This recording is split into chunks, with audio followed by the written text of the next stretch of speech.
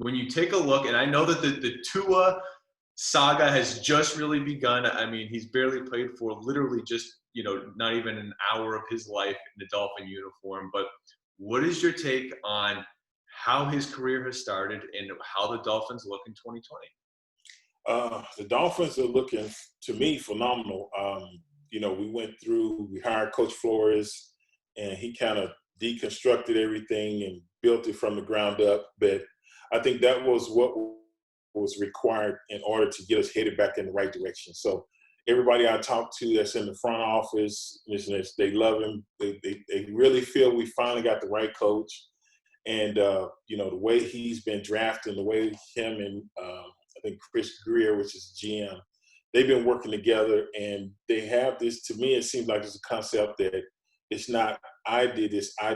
It's a we type of thing where they work together for the best thing that's what's for the organization, and you can see it trickle down as far as the team. And like you said, Tua just had his first start.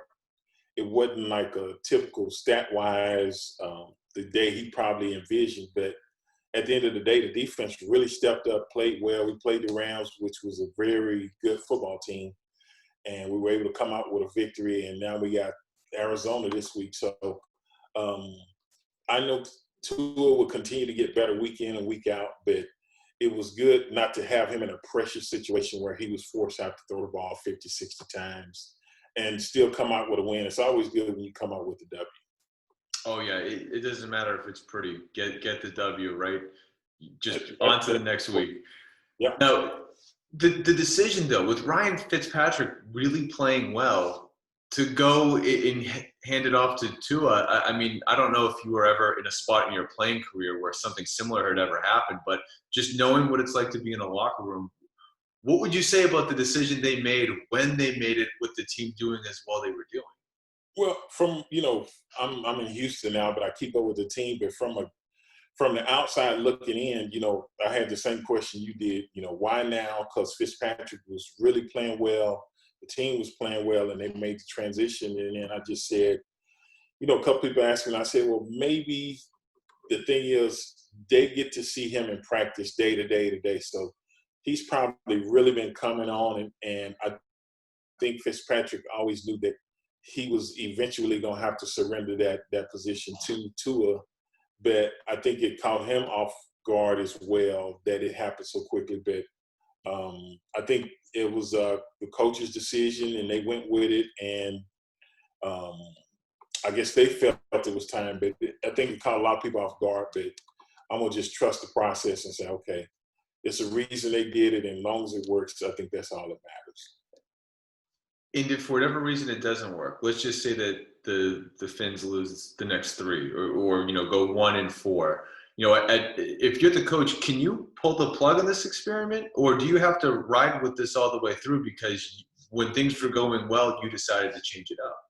Yeah, and I think, and that's a great question, but I think what you really got to do is you got to evaluate the team. Why did we lose?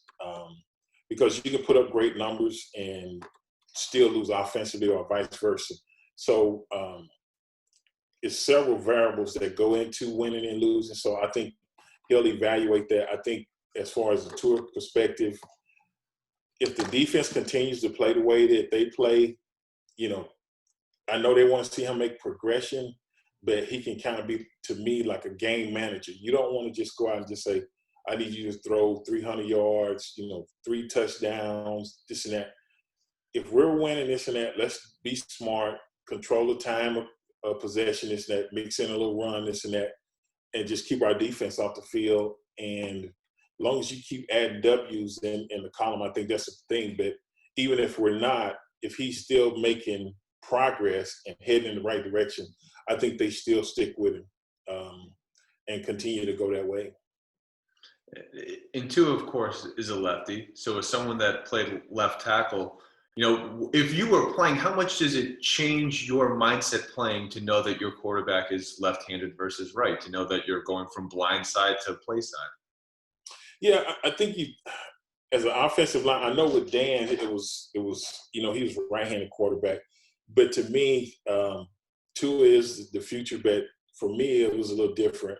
You know, it was Don Shula and Dan Marino when I got there. I mean, he was already an icon. So my thing, whether I was on the right or the left, I just focused on, you don't want to be the guy remembered to get Dan Marino hurt. And that was part of my motivation. And that's what really drove me to kind of hone in and make sure I tried to do my best, you know, every week in, week out, because just playing with a guy like that, you know, him, the Mark brothers, the way they went about practice, they really taught me how to be a professional. So I learned a lot from those guys, and I owe a lot to them. So that was my main focus, not to get number 13 hurt, because I did not want to be remembered that way.